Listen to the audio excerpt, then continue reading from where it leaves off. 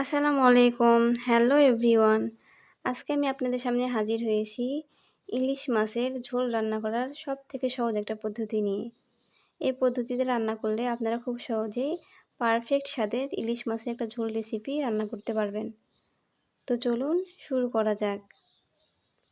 প্রথমে আমি এখানে দুটো ইলিশ মাছ মাঝারি সাইজের পিস করে কেটে নিয়েছি। এখানে মোট 14 পিস ইলিশ মাছ রয়েছে। তো আমি এই 14 পিস মাছের জন্য কিন্তু মশলাটা ইউজ করেছি, আপনারা চাইলে কম বেশি করে নিতে পারেন। তো এটা প্রথমে ভাজি করে নেব, এর জন্য দিয়ে দিব লবণ এবং হলুদের গুঁড়ো। এ পর্যায়ে লবণ আর হলুদের গুঁড়ো দিয়ে ইলিশ মাছটা ভালোভাবে মাখিয়ে নিচ্ছি। এই মাছটা মাখিয়ে নেওয়া শেষ হয়ে গেলে আমি 5 মিনিটের জন্য রেখে দিব, যাতে মশলাটা ভালোভাবে মাছের সাথে মিশে যায়। অন্যদিকে একটা কুকার বসিয়ে দিলাম চুলায়। এ পর্যায়ে দিয়ে দিব সয়াবিন তেল। তেলটা গরম হয়ে গেলে আমি এখানে একে একে সবগুলো ইলিশ মাছ দিয়ে দিব।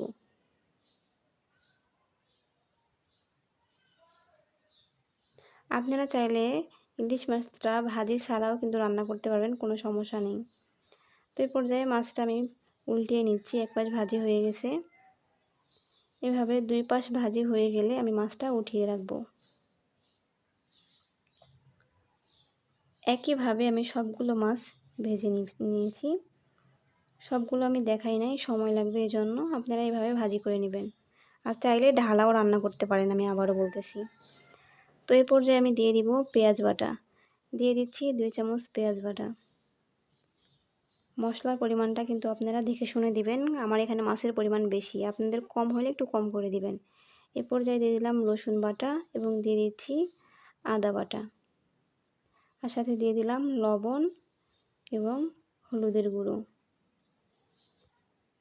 আমি এখানে মরিচের গুঁড়ো ব্যবহার করিনি, আমি কাঁচা মরিচ দিয়ে তরকারিটা রান্না করব। এ পর্যায়ে দিয়ে দিচ্ছি জিরে গুঁড়ো এবং দিয়ে দিলাম ধনিয়া গুঁড়ো। এবার মশলাটা আমি ভালোভাবে নেড়েচেড়ে মিশিয়ে নিচ্ছি।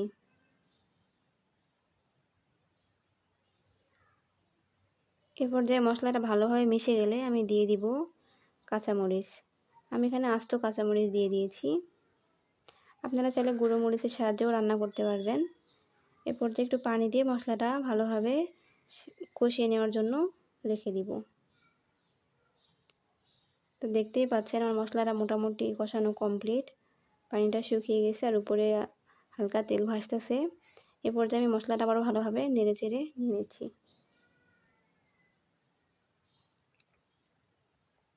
এখন আমি এখানে দিয়ে দিব ভেজে রাখা ইলিশ মাছ। আমি সবগুলো ইলিশ মাছ দিয়ে দিলাম। এবার আলতোভাবে কিছুক্ষণ নেড়েচেড়ে নিব।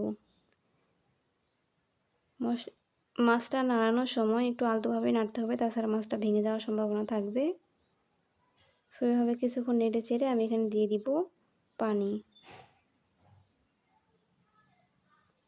যেহেতু মাছের ঝোল রান্না করতেছি, সেক্ষেত্রে পানিটা দেওয়ার ক্ষেত্রে একটু দেখে শুনে দিবেন। আমি কিন্তু দ্বিতীয়বার কোনো পানি ইউজ করব না, এই পানিতেই আমার রান্নাটা কমপ্লিট হয়ে যাবে। এ পর্যায়ে ঢাকনা দিয়ে আমি হাই টু মিডিয়াম আঁচে মাছটা রান্না করে নিব। এ পর্যায়ে দেখতেই পাচ্ছেন আমার রান্না কিন্তু কমপ্লিট। আমি এরকম ঝোল রাখবো। তো এবার আমি রান্নাটা বেড়ে দেখাচ্ছি। দেখতেই পাচ্ছেন আমার রান্নাটা কমপ্লিট, দেখতে কতটা সুন্দর হয়েছে। আমি সবগুলো মাছ বেড়ে দেখাইনি, মোটামুটি কিছু মাছ বেড়ে দেখাইছি। তো সবাই এভাবে রান্না করার চেষ্টা করবেন, খেতে কিন্তু অনেক টেস্টি মাছটা। ইলিশ মাছ সত্যি অনেক টেস্টি, যেহেতু জাতীয় মাছ। তো সবাই ভালো থাকবেন, সুস্থ থাকবেন, এভাবে রান্না করার চেষ্টা করবেন। আল্লাহ হাফেজ। আসসালামু আলাইকুম।